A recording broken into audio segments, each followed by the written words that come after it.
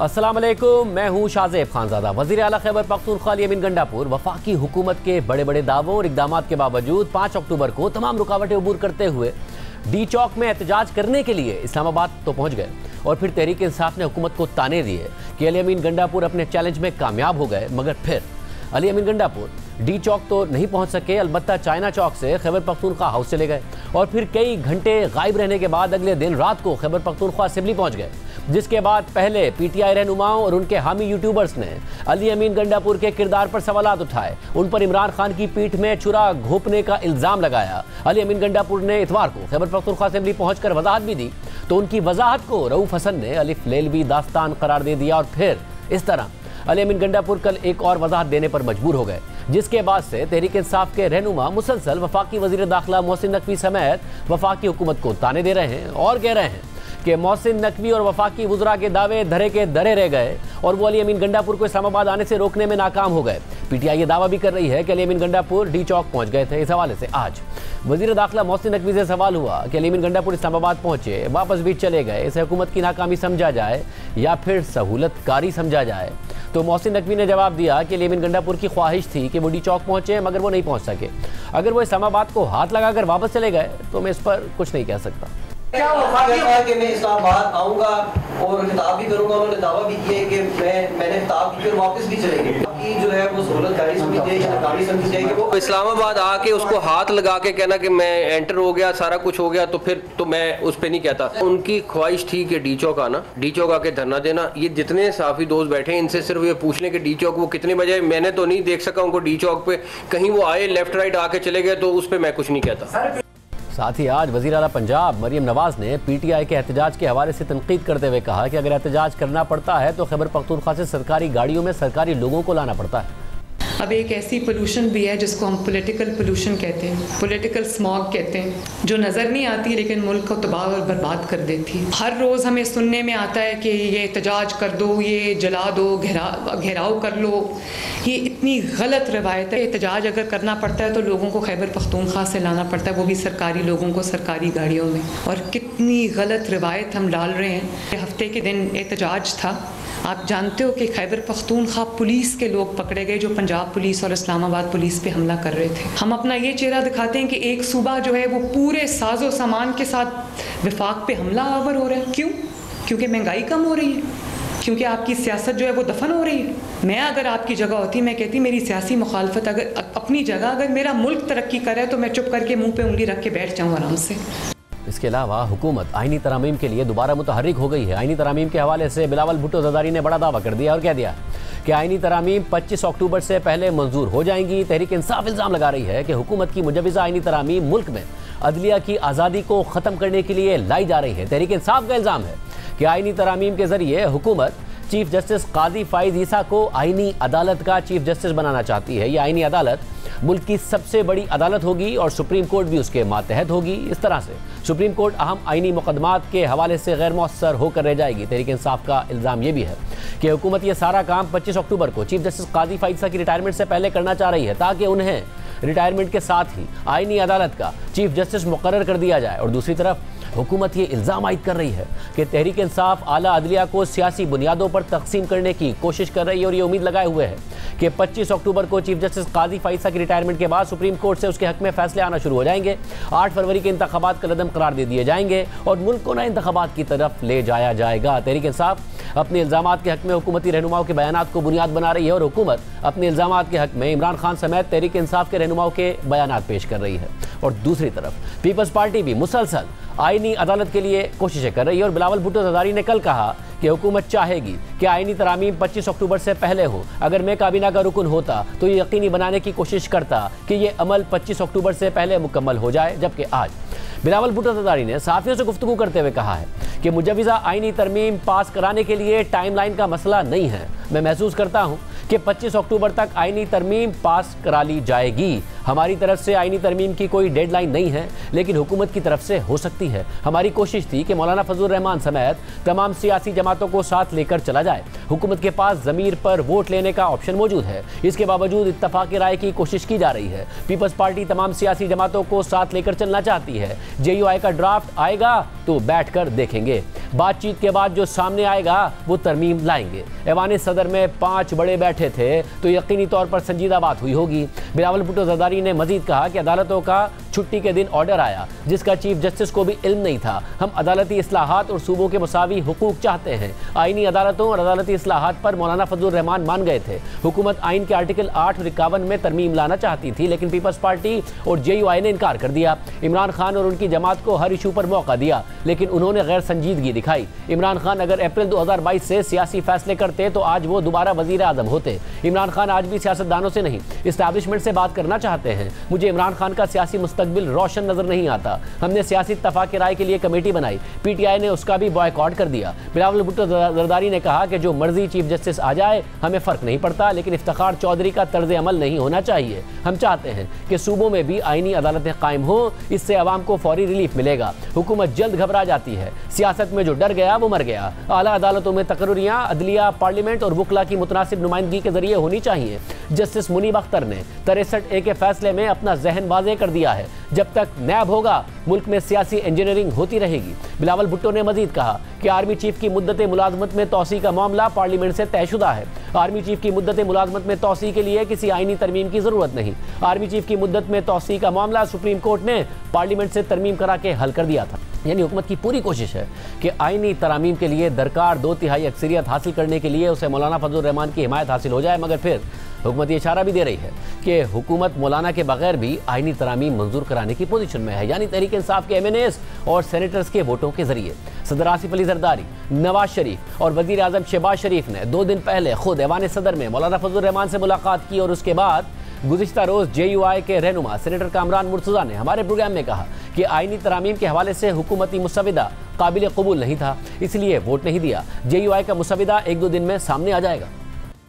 कहा जा सकता है कि आईनी अदालत को सियासी जमात पर पाबंदी लगाने का इख्तियार जुडिशल कमीशन का सरबराह आईनी अदालत के चीफ जस्टिस को बनाने और कमीशन में आईनी अदालत के जजेस शामिल करने, आईनी अदालत का पहला चीफ जस्टिस सदर और वजीर आजम की जानिब से मुकर्रर करने, ये जो तरामीम पेश की गई थी इनको आपने कम से कम मुस्तरद किया है? अगर हमने उसके ऊपर एग्री करना होता तो हम उस पर वोट करते। हमने वोट नहीं किया तो इसका मतलब यही है कि मुस्तरद किया। और जो हाई कोर्ट के जजेस के तबादले वाला मामला था इसको भी आपने मुस्तरद किया? उसको भी हमने, क्योंकि वो भी पर्सन नहीं तो पर्सन स्पेसिफिक था, 6 जजों के खत के साथ इसको अटैच किया जा रहा है। किस हद तक अब ये कहा जाए कि करीब हैं हुकूमत और JUI एक मुसविदे पर कंसेंसस के? अभी तक ये नहीं कहा जा सकता कि हम करीब हैं या दूर हैं। कल या परसों तक मौलाना शायद इसको शेयर कर लें दोस्तों के साथ ही ये खबरें भी आई थी कि मौलाना फजलुर रहमान हुकूमत का साथ देने पर राजी हो गए हैं और हुकूमत ने यह दावा भी किया कि आईनी तरामीम बहुत जल्द हो जाएंगी और इस हवाले से हुकूमत के पास नंबर्स पूरे हैं। लेकिन इस सब के बावजूद आज JUI के रहनुमा हाफिज हमदुल्ला का बयान सामने आया है जिसमें उन्होंने कहा है कि आईनी अदालत के नाम पर कठपुतली अदालत कायम की जा रही है जो एग्जीक्यूटिव के ताबे होगी। आईनी अदालत का चीफ जस्टिस फर्द वाहिद वजीर आजम की सवाबदीद पर लगाया जाएगा। इस आईनी अदालत को वो तमाम इख्तियारात दिए जा रहे हैं जो सुप्रीम कोर्ट को हासिल हैं। वकला तंजीमें अदलिया और आइन के तहफ़्फ़ुज़ के लिए जिद्दोजहद करें। और आज ही तहरीक इंसाफ के वफ़द ने मौलाना फजलुर रहमान से उनकी रिहाइशगाह पर मुलाकात की है जिसमें बैरिस्टर गौहर खान, हामिद खान, रऊफ हसन और सलमान अकरम राजा शामिल थे। मौलाना फजलुर रहमान से मुलाकात के बाद तहरीक इंसाफ के चेयरमैन बैरिस्टर गौहर खान और सेक्रेटरी जनरल सलमान अकरम राजा ने कहा कि मुलाकात बहुत अच्छी हुई है, कौम को खुशखबरी मिलेगी, जो तबाही होने जा रही थी वो नहीं होगी। मौलाना साहब के साथ हमारी बात बड़ी अच्छी हुई है, इनकरेजिंग है और इंशाल्लाह मुल्क के लिए बेहतर हो, कौम के लिए, पार्लियामान के लिए, आज़ाद अदलिया के लिए हम मुतहद हैं। मुलाकातों में बहुत अच्छी पेशरफ्त हो रही है, मुल्क को इंशाल्लाह कौम को खुशखबरी मिलेगी। मौलाना साहब का स्टांस एक तारीखी अहमियत का है, कौम उनकी शुक्रगुजार रहेगी। आप देखेंगे कि जो तबाही होने जा रही थी वो नहीं हो पाएगी। हुकूमत के दावे बेबुनियाद हैं, हमारे मेंबरान तकड़े हैं, खड़े हुए हैं। पूरी सूरत हाल पर बात करेंगे। सीनियर तजियाकार आसमा शिराजी और मुनी फारूक हमारे साथ मौजूद हैं। आप दोनों का बहुत शुक्रिया। आसमा साहब, मौलाना से मिलके जो आ रहा है वो खुश नज़र आ रहा है। मौलाना से दोनों को ही उम्मीदें हैं। अब मौलाना भी जाहिर है ये इशारा भी दे रहे हैं कि कहीं ना कहीं कंसेंसस डेवलप हो सकता है, मगर फिर तनकीद भी करते हैं। उनकी पार्टी से तनकीद आती है आईनी तरमीम पर। हुकूमत ये इशारा भी देती है कि मौलाना के साथ कंसेंसस हो सकता है, मगर फिर ये इशारा भी देती है कि उनके बगैर भी हम तरमीम की तरफ जा सकते हैं और जाहिर वो तहरीक इंसाफ के रहनुमाओं के जरिए जाएंगे। एग्जैक्टली क्या हो रहा है, क्योंकि तहरीक इंसाफ इस सिचुएशन को अपनी सियासत के लिए डू और डाई सिचुएशन के तौर पर ले रही।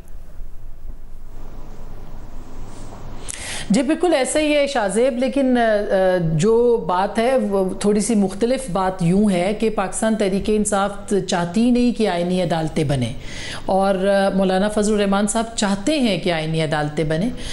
सिर्फ एक चीज़ जो कि उन्होंने हमसे भी जब बात की थी बहुत सारे सहाफ़ियों के साथ, उन्होंने ये बात कही थी कि 15 से 16 के दरमियान जो है उनकी तंजीम साजी है जो कि मुकम्मल हो जाएगी, और कल भी उन्होंने यही बात की है।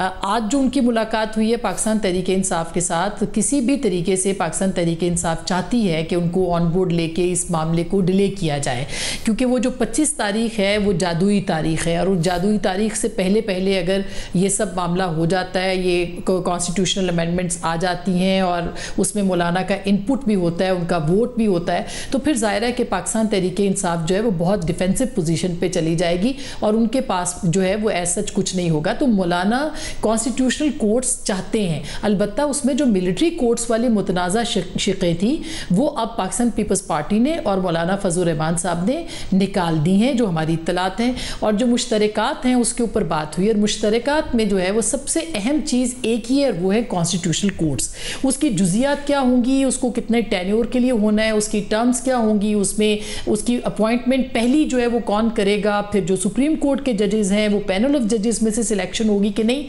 ये वो चीज़ें जिसके ऊपर वो बैठ के बात कर रहे हैं। और ऐसा लगता है कि आइंदा चंद दिनों के अंदर जमीयत उलमा इस्लाम और पाकिस्तान पीपल्स पार्टी इस हवाले से काफ़ी करीब आ चुके होंगे और आ सकते हैं, और ये ताउन तंजीम, शंघाई ताउन तंजीम के इजलास के बाद किसी भी वक्त जो है इसको पेश किया जा सकता है। आपको पता है इस वक्त भी इस्लामाबाद के अंदर जितने भी सेनेटर्स हैं या जो अरकान असम्बली हैं उनको कह दिया गया है कि वो तैयार रहें, 1-2 दिन के अंदर अंदर उनको यहाँ इस्लामाबाद में आना पड़ सकता है, और उनको कह दिया गया अपनी जमातों की जानिब से। मुनीर फारूक साहब, आपको लग रहा है कि वाकई किसी ना किसी लेवल पर कंसेंसस डेवलप हो जाएगा? हुकूमत को भी अपनी बका के खतरात नजर आते हैं अक्टूबर के बाद, जैसे रिटायरमेंट होती है मौजूदा चीफ जस्टिस की, मंसूर अली शाह साहब चीफ जस्टिस बनते हैं, तहरीक इंसाफ को खतरात नजर आते हैं, वरना उनकी बड़ी उम्मीद है अगर आईनी तरमीम ना हो कि हुकूमत चली जाएगी, नया इलेक्शन होगा और वो इख्तियार में आ जाएंगे।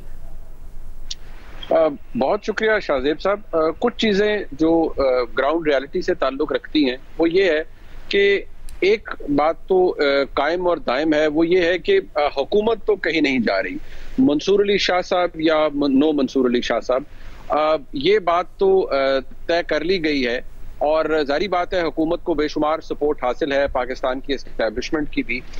इस बात का फैसला कर लिया गया है कि ये हुकूमत और ये तमाम तर निज़ाम जिस तरह से स्टिचअप हुआ है ये 5 साल चलेगा, जो जहाँ पर है वो वहीं पर ही रहेगा और मामलात ऐसे ही आगे चलेंगे।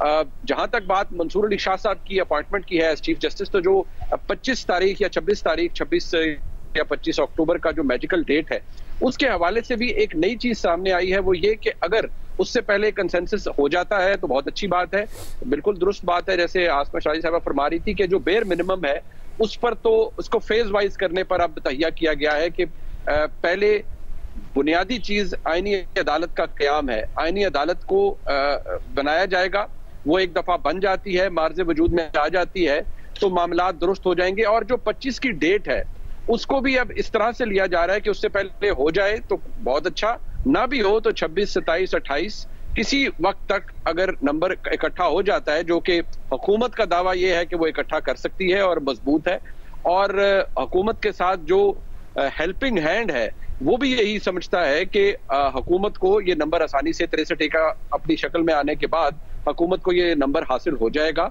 और हुकूमत ये सब करवाने में कामयाब भी हो जाएगी। और ये भी तासुर अब बड़ा जोर पकड़ा है कि जब मंसूर अली शाह साहब इवन जो आज एग्जिस्टेंस है सुप्रीम कोर्ट ऑफ पाकिस्तान की चीफ जस्टिस बन भी जाते हैं तो वो कोई क्रूसेड नहीं शुरू कर देंगे मौजूदा हुकूमत के खिलाफ, और वो भी ग्राउंड रियलिटीज को देख के ही मामलात को आगे बढ़ाएंगे। और साथ ही साथ ये बात भी बहुत एम्फसिस दे के कही जाती है कि पहले भी कुछ फैसले ऐसे हुए जिनके ऊपर अमल दरामद नहीं हुआ और कुछ भी नहीं बिगड़ा किसी का, तो अगर आगे भी कोई ऐसा एडवेंचर करने की कोशिश करेगा तो फिर भी कुछ नहीं होगा, क्योंकि निज़ाम को चलाने का और निज़ाम को ऐसे ही इसी फॉर्म में चलाने का बेड़ा उठाया है जो इस वक्त ताकतवर तरीन हल्के हैं पाकिस्तान के उन्होंने और हुकूमत पाकिस्तान ने।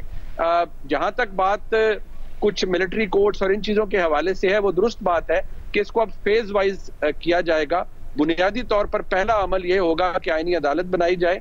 और अभी तक काजी फायज ईसा साहब फेवरेट हैं being the head of the first constitutional court of Pakistan.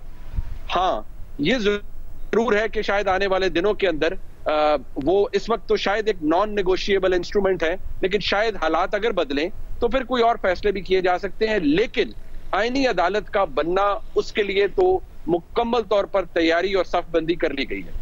और आसमा, आप भी समझती हैं, मुरीफ फारूक कह रहे हैं कि जो चीफ जस्टिस की तब्दीली है या फिर जो आईनी तरमीम है वो हो या ना हो, इस वक्त हुकूमत कहीं नहीं जा रही है। ये तो क्या जो चीफ जस्टिस की तब्दीली और आईनी तरमीम को लेकर तहरीक इंसाफ की उम्मीद या फिर खदशा, और फिर हुकूमत की अपनी बका की उम्मीद या खदशा, वो दोनों ही एग्जैजरेटेड हैं? अगर ये ना भी हो तो कोई हुकूमत कायम रहती है या कहीं ना कहीं ये खदशात में वजन है?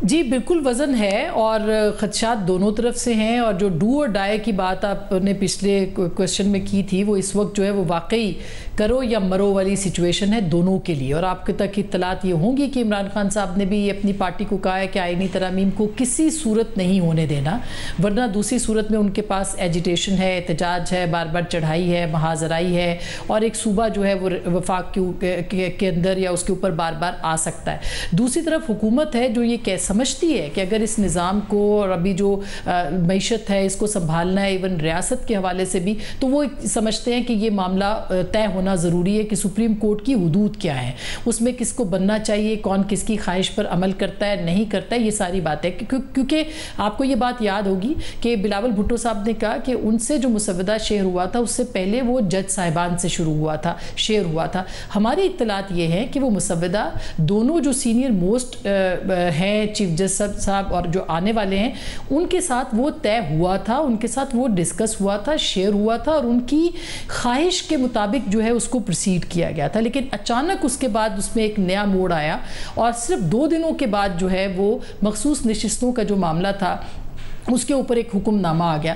तो इस बात के ऊपर जो है वो पाकिस्तान की जो हुकूमत है इस वक्त वो काफ़ी मुस्तरब हुई कि अचानक ये चेंज ऑफ माइंड जो था ये कहाँ से आया और किसका हुआ, और कौन से ऐसे शख्सियात थी, जजेस थे जिन्होंने के असरअंदाज वो हुए चीफ जस्टिस साहब के ऊपर या उनके जो मुतवक्के जो आइंदा आने वाले चीफ जस्टिस साहब हैं उनके ऊपर। तो मेरा ख्याल है कि ये बहुत अहम मामला हैं, इसीलिए ये डू और डाई की जंग है, क्योंकि हुकूमत को लगता है कि उनके ऑडिट हो सकता है और इमरान खान साहब इसका इंदिया दे चुके हैं। अगर मंसूर अली शाह साहब आ गए तो वो आते ही जो है वो इलेक्शन के ऑडिट की बात करेंगे और 4 हल्के खोलेंगे और हुकूमत घर चली जाएगी। और यही जो एजम्पशन है या यही जो खदशा है वो हुकूमत को भी मौजूद है। तो अनफॉर्चुनेटली इतना कंट्रोवर्शियल कर दिया गया इस पूरे सेटअप को, इस पूरे निज़ाम को, कि लगता है ऐसे कि जो भी आएगा वो एक जंग में से निकल के आएगा। ऐसा भी हो सकता है कि कोई सरप्राइज आ जाए इस दौरान में, किसी और चीज़ के हवाले से बात आ जाए। लेकिन एक बात मैं आपको बता दूं कि हुकूमत जो है वो लगता ऐसे है कि 25 से पहले हर सूरत जो है वो इन आईनी तरमीम को मंजूर कराएगी, वरना उसके बाद उनके इम्कानात और घर जाने के जो इम्कानात हैं वो काफ़ी ज़्यादा रोशन है हुकूमती हल्कों के मुताबिक। और मुनीफ फारूक साहब, जो कुछ गंडापुर साहब की एपिसोड हुई उसमें अभी तक तहरीक इंसाफ के अंदर भी उन पर शक का भी इजहार किया जा रहा है, पार्टी खड़ी भी होती है, फिर कुछ रहनुमा शक का भी इजहार करते हैं, और ये बात हो रही है कि हुकूमत की नाकामी थी गंडापुर साहब का आना या फिर उनका वापस अचानक चले जाना एक सहूलतकारी थी। क्या कहीं ना कहीं कोई सहूलतकारी थी, कहीं ना कोई विंडो खुली है मुज़ाकरात की? क्या ऐसा हुआ है?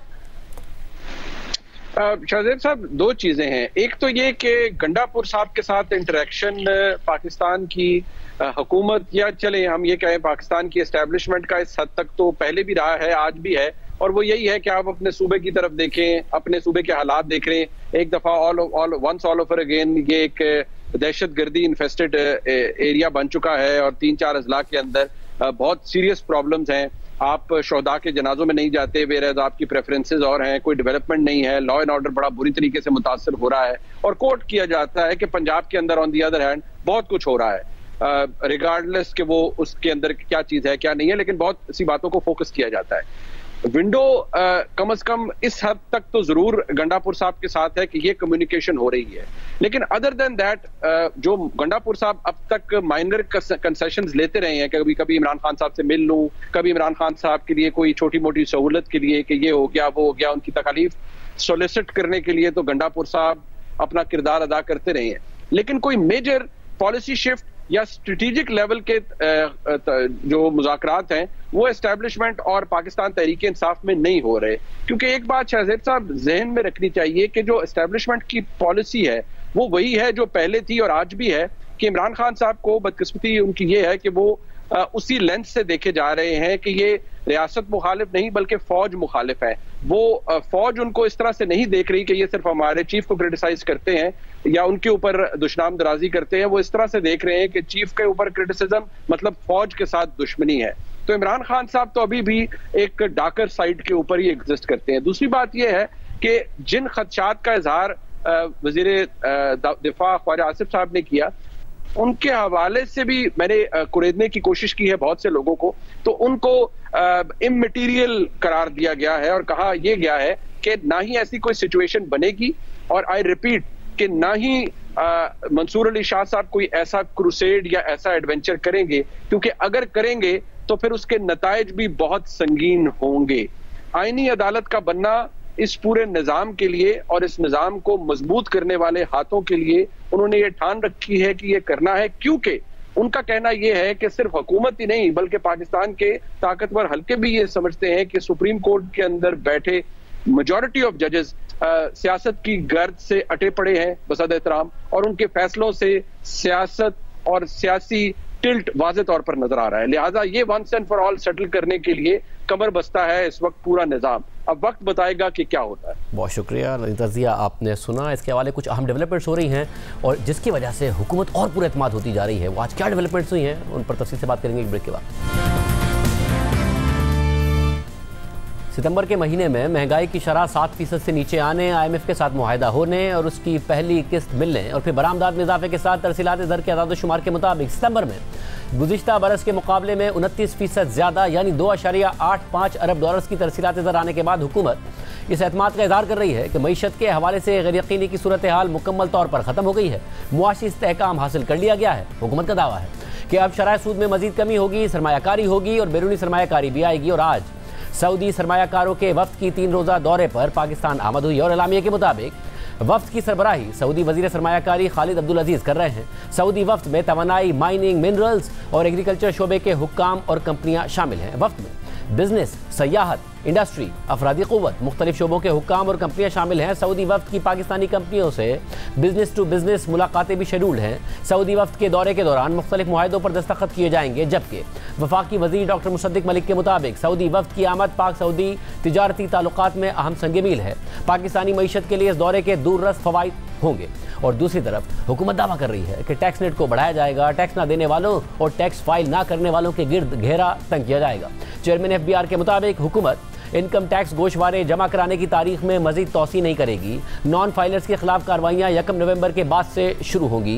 चेयरमैन FBR राशिद लंगड़ियाल का कहना है कि वज़ीर आज़म शहबाज शरीफ की सख्त हिदायत है कि टैक्स चोर को नहीं छोड़ना है। इनकम टैक्स गोशवारे जमा कराने वालों की तादाद बढ़कर 40 लाख हो गई है, जबकि हुकूमत ने ज़रिया आमदनी पर टैक्स जुलाई 2025 से लगाने का फैसला किया है। वज़ीर ख़जाना मोहम्मद औरंगज़ेब ने कहा है कि ज़रई शोबे पर टैक्स की कानून साजी जनवरी 2025 में की जाएगी। वफाक की सूबों के साथ नेशनल फाइनेंस पैक्ट पर पेशरफ्त हो रही है। CPEC बिजली मंसूबों के कर्ज की रीप्रोफाइलिंग पर मज़बूत बातचीत चल रही है। उम्मीद है कि जल्द CPEC बिजली मंसूबों की रीप्रोफाइलिंग मुआहदे हो जाएंगे। जबकि दूसरी तरफ हुकूमत ने 5 IPPs के साथ मुआहदों की मनसूखी का आगाज़ कर दिया है। द न्यूज़ में खालिद मुस्तफ़ा की खबर के मुताबिक इन IPPs को मुस्तकबिल में कैपेसिटी पेमेंट नहीं दी जाएगी, जिससे अगले 3 से 10 साल की मुद्दत में 300 अरब रुपए की बचत होगी। जबकि इन IPPs को माजी की अदायगियाँ की जाएंगी, मगर इन अदायगियों में भी 40 अरब रुपए की सूद की रकम अदा नहीं की जाएगी। जैसे ही वफाकी काबीना मंजूरी देगी तो फिर 5 IPPs, जिसमें 4 1994 और 1 2002 की पावर पॉलिसी के तहत लगाए गए हैं, इन मुआहदों पर दस्तखत कर देंगे।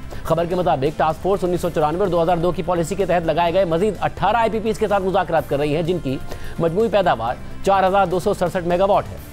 और इन कारखानों को टेक और पे के बजाय टेक एंड पे में तब्दील करने पर मुज़ाकरात हो रहे हैं। यानी जब इन कारखानों से बिजली ली जाएगी तभी उन्हें अदायगी की जाएगी। इस पूरी सूरत हाल में अब हुकूमत दावा कर रही है कि इस्तेहकाम आ गया है, तरक्की की तरफ बढ़ेंगे, रिफॉर्म्स करेंगे, मगर ऐसे दावे पहले भी किए गए हैं, किस हद तक दुरुस्त हैं? साबिक वज़ीर ख़जाना और अवाम पाकिस्तान पार्टी के सेक्रेटरी जनरल मिफ्ता इस्माइल हमारे साथ मौजूद। मिफ्ता साहब, बहुत शुक्रिया मुझे ज्वाइन करने के लिए। ज़ाहिर इन्फ्लेशन नीचे आई, शरह सूद नीचे आ रही है, हुकूमत मज़ीद तवक्को कर रही है, IMF की किस्त मिल गई, स्टेबलाइजेशन है, मगर आपको लग रहा है कि हुकूमत का दावा भी दुरुस्त है कि आखिरी IMF का प्रोग्राम होगा, रिफॉर्म्स हम करने जा रहे हैं, और ये भी बताएगा कि आपकी तवक्कात से भी जल्दी और बेहतर नतीजे आए हैं इन्फ्लेशन और दीगर मामलात में? देखिए शाहजेब, सच्ची बात यह कि ये जो बेहतरी आई है इंटरनेशनल ऑयल की कीमत गिरने से, जो दुनिया भर में ऑयल की कीमत कम हो गई है, इससे जो इन्फ्लेशन की कमी आई है वो मेरी तवक्को से बेहतर है। मैं नहीं समझ रहा था कि हुकूमत की भी तवक्को से बेहतर है। मैं नहीं समझ रहा था कि 7% तक ये इंटरेस्ट रेट आ जाएगा, अभी सॉरी इन्फ्लेशन रेट आ जाएगा और इतनी जल्दी आ जाएगा, लेकिन ये एक बड़ी अच्छी खुशाइंद खबर है। उसके बाद ये आपको पता है कि तेल जो है $68 पे आ गया था। यही तेल जो अप्रैल 2022 में जब मैं वज़ीर ख़जाना था तो $124 पर था, ये $68 पे आ गया था। अब ये फिर 75-77 पे है, और अगर ईरान और इजराइल की कोई आगे कशीदगी नहीं बढ़ती तो शायद इससे नीचे जाएगा। इससे हुकूमत को एक स्पेस मिल गई है कि जिससे ये रिफॉर्म कर सकती है। आज भी पाकिस्तान के अंदर जो है वो सनतें तेजी से नहीं चल रही, तरक्की नहीं हो रही, मईशत आगे नहीं बढ़ रही, खते गुर्बत के नीचे 40% पाकिस्तानी है। लेकिन क्योंकि अभी अफरात ज़र में कमी आई है, महंगाई की रफ्तार में कमी आई है, तो आप उसके साथ साथ शरह सूद भी कम कर सकते हैं, और जब शरह सूद कम होगी तो शायद सनतकारी की तरफ जा सकेंगे। हुकूमत को अब चाहिए कि बेसिक रिफॉर्म्स करे, बिजली के महकमे में, गैस के महकमे में, और इनकी कॉस्टें कम कर दे ताकि फिर इंशाल्लाह हम बरामद की तरफ जा सकें, बरामदात बढ़ाने की तरफ जा सकें। अच्छा, मगर ये कितना सस्टेनेबल आपको लगता है? क्योंकि ज़ाहिर एक तो बैनुल-अक़वामी मार्केट में कीमतों का ताल्लुक था महंगाई से, मगर दूसरी तरफ रुपया मुसलसल गिर रहा था, मार्केट में अनसर्टेनिटी थी, कम से कम ये स्टेबिलिटी आई कि लोगों ने जो डॉलर बहुत ज़्यादा खरीद रहे थे वो नहीं था। अब जबकि इंटरेस्ट रेट्स में कमी हो रही है क्योंकि बैंक अकाउंट्स में लोगों ने पैसे डाले, शरह सूद ज़्यादा थी, उसका फ़ायदा उठाया, अब इन्फ्लेशन नीचे जा रही है, शरह सूद नीचे जा रही है, आपको लगता है कि वो वाला एक फिनोमेना दोबारा नहीं आएगा जिसमें अनसर्टेनिटी हो, लोग डॉलर में, प्लॉटों में वापस सरमायाकारी कर रहे हैं? देखिए, एक तो याद रखें कि हमारा IMF से एग्रीमेंट हो गया, तो एक बैक स्टॉप है जिसमें IMF भी कह रहा है कि अगर पाकिस्तान इसी राह पे चलता रहा तो डिफॉल्ट नहीं होगा। उसकी वजह से जो डिमांड थी डिफॉल्ट की कि लोगों को भागना था दुबई पैसे लेकर अपने, वो खत्म हो गई है। एक एक्सपेक्टेशन और हो गई थी कि रोज डॉलर बढ़ रहा था रुपए के बनिस्बत, तो रोज जो थे वो लोग डॉलर खरीद रहे थे। फिर जब यहाँ पे अफवाह आना शुरू हुई कि शायद हुकूमत लॉकर में चले जाएंगी, दीगर चीजें हुई, तो फिर लोगों ने वो छोड़ दिया। वो जब डिमांड टूटी है तो सेल्फ फुलफिलिंग प्रोफेसी खत्म हो गई है। एक और जो खुशाइन बात पाकिस्तान के लिए हुई है वो ये कि अमेरिका के अंदर जो है वो शरह सूद की कमी आई है। तो जो डॉलर के साथ जो पाकिस्तान के अंदर रखवाते हैं रोशन डिजिटल अकाउंट में या दीगर अकाउंट्स के अंदर, हॉट मनी है जो भी कह लीजिए उसको, उनकी भी जो डिमांड फॉर इंटरेस्ट है, इंटरेस्ट रेट्स इन पाकिस्तान है, वो कम हो जाती है। इससे ये फायदा होगा कि पाकिस्तान के पास रूम हो गया है कि अपना इंटरेस्ट रेट्स कम कर दे, और फिर भी पाकिस्तानी रुपया जो है वो टूटेगा नहीं इंटरनेशनल मार्केट में।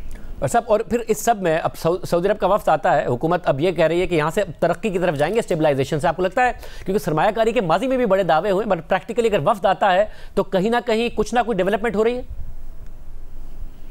देखिए शाहजेब, सच्ची बात है कि पाकिस्तान में बिजली ना सिर्फ सारे खित्ते में महंगी है, लेकिन कोई भी पाकिस्तान से थोड़े से अमीर मुल्क से भी बहुत महंगी बिजली है। पाकिस्तान की बरामदा बड़ी लिथार्जिक हैं, 5-10% बढ़ गई, ठीक है, कभी कम हो गई, लेकिन रियली एक बहुत लो लेवल पे हमारी बरामदात हैं और कोई बहुत ज़्यादा इलास्टिसिटी नहीं है। तो सऊदी अरब का भी इन्वेस्टर को आएगा तो ये सोचेगा ना कि पाकिस्तान में बिजली जो है वो 40, 45, 50 रुपए की है। इंडस्ट्री के लिए भी पाकिस्तान में गैस जो है वो $12-14 की है, ना गैस रिलायबल है, ना बिजली रिलायबल है, तो वो क्यों आएगा पाकिस्तान? वियतनाम क्यों नहीं चले जाएगा? बांग्लादेश क्यों नहीं चले जाएगा? कंबोडिया क्यों नहीं चले जाएगा? तो हमको अपने मुल्क को बेहतर बनाना पड़ेगा। इससे बाद ही हम पाकिस्तान में वो सनत सरमायाकारी ला सकते हैं जो पाकिस्तान से कोई चीज बनाकर दुनिया में भेजे। हो सकता है कि ये कोई एक रिफाइनरी लगा दें या कोई ऐसी चीज़ लगा दें जिससे वो पाकिस्तानियों को मजीद महंगी भेजें वो चीज़ें, और अगर हम उनको बहुत प्रोटेक्शन दे देंगे तो वो शायद आ जाएंगे। लेकिन इस किस्म की जो इन्वेस्टमेंट है ये शो इन्वेस्टमेंट ज़रूर हो सकती है, लेकिन इससे मुल्क का कोई फ़ायदा नहीं होता। बहुत शुक्रिया। प्रोग्राम में आगे बढ़ते हैं। इसराइल पर होने वाले ईरान के गैर मामूली हमले को 1 हफ्ते से ज़ायद हो चुका है। हमले पर इसराइल के मुमकिन रद्द-ए-अमल के पेश नज़र खित्ते में तनाव का माहौल बरकरार है। आज अमरीकी सदर बाइडन का इसराइली वज़ीर आज़म नेतन्याहू से टेलीफोनिक रब्ता हुआ है, जबकि ईरान के वज़ीर ख़ारजा भी इस वक्त सऊदी अरब समेत खित्ते के दीगर ममालिक का दौरा कर रहे हैं। ईरान ने 1 अक्टूबर को एक इंतहाई गैर मामूली इकदाम उठाते हुए इसराइल की जानिब तकरीबन 200 बैलिस्टिक मिसाइल दागे थे, जिनकी अक्सरियत को इसराइल के दिफाई निज़ाम ने रोक लिया था, लेकिन उनमें से मुतअद्दिद मिसाइल अपने अहदाफ पर या उसके करीब गिरने में कामयाब हो गए थे। ताहम हमले से इसराइल में कोई जानी नुकसान नहीं हुआ था। इसराइल ने हमले को ईरान की बहुत बड़ी गलती करार देते हुए जवाबी कार्रवाई का ऐलान कर दिया था। ईरान के खिलाफ जवाबी कार्रवाई में इसराइल को अमेरिका की भी मुकम्मल हिमायत हासिल है। ताहम इसराइल का ईरान को रद्द-ए-अमल किस नौइयत का होगा, इस हवाले से अमेरिका भी लाइल्म है, जिसकी वजह से उसकी फ्रस्ट्रेशन बढ़ रही है और अमेरिका मुसलसल इसराइल के रद्द-ए-अमल को महदूद रखने की कोशिश कर रहा है ताकि खित्ते में कशीदगी बहुत ज़्यादा ना बढ़े। हमलों के फ़ौरन बाद जब इसराइल ने जवाबी कार्रवाई का ऐलान किया था तो अमेरिकी सदर बाइडेन ने इसराइल को अपना रद्द-ए-अमल ईरानी हमले के मुतनासिब करने का कहते हुए ईरान के जौहरी और तवानाई की तनसीबात पर हमले से खबरदार किया था। जबकि अब से थोड़ी देर पहले अमेरिकी सदर बाइडेन और नायब सदर कैमला हैरिस का इसराइली वज़ीर आज़म नेतन्याहू से अहम टेलीफोनिक रब्ता हुआ है, जिसमें खित्ते की सूरत हाल और इसराइल के मनसूबों से मुतालिक बात हुई है। इसराइली मीडिया के मुताबिक अमरीकी और इसराइली रहनुमाओं के दरमियान कॉल तकरीबन 50 मिनट तक जारी रही है। ताहम फिलहाल उसकी कोई तफसीलात जारी नहीं की गई हैं। दूसरी जानिब इसराइली मीडिया दावा कर रहा है कि अमेरिका अरब ममालिक के साथ खित्ते में मुकम्मल जंग बंदी के लिए ईरान से बातचीत कर रहा है, जबकि मशरिक़ वस्ता की सूरत हाल और ईरान पर हमले से मुतालिक बातचीत के लिए आज इसराइली वज़ीर दिफा यो गैलेंट का अमेरिका का दौरा भी मुतवक्के था। ताहम कल अचानक से ये दौरा मनसूख कर दिया गया। दूसरी जानिब ईरान ने किसी भी मुमकिना हमले की सूरत में इसराइल को मज़ीद शिद्दत के साथ जवाब देने का ऐलान तो कर दिया है। ताहम ईरान खुद कशीदगी को कम करने की कोशिशों में भी मसरूफ़ है और इस सिलसिले में ईरानी वज़ीर ख़ारजा सऊदी अरब समेत दीगर खलीजी ममालिक का दौरा कर रहे हैं। प्रोग्राम में शामिल करते हैं एक और अहम खबर की तफसीलात आपके सामने रखेंगे।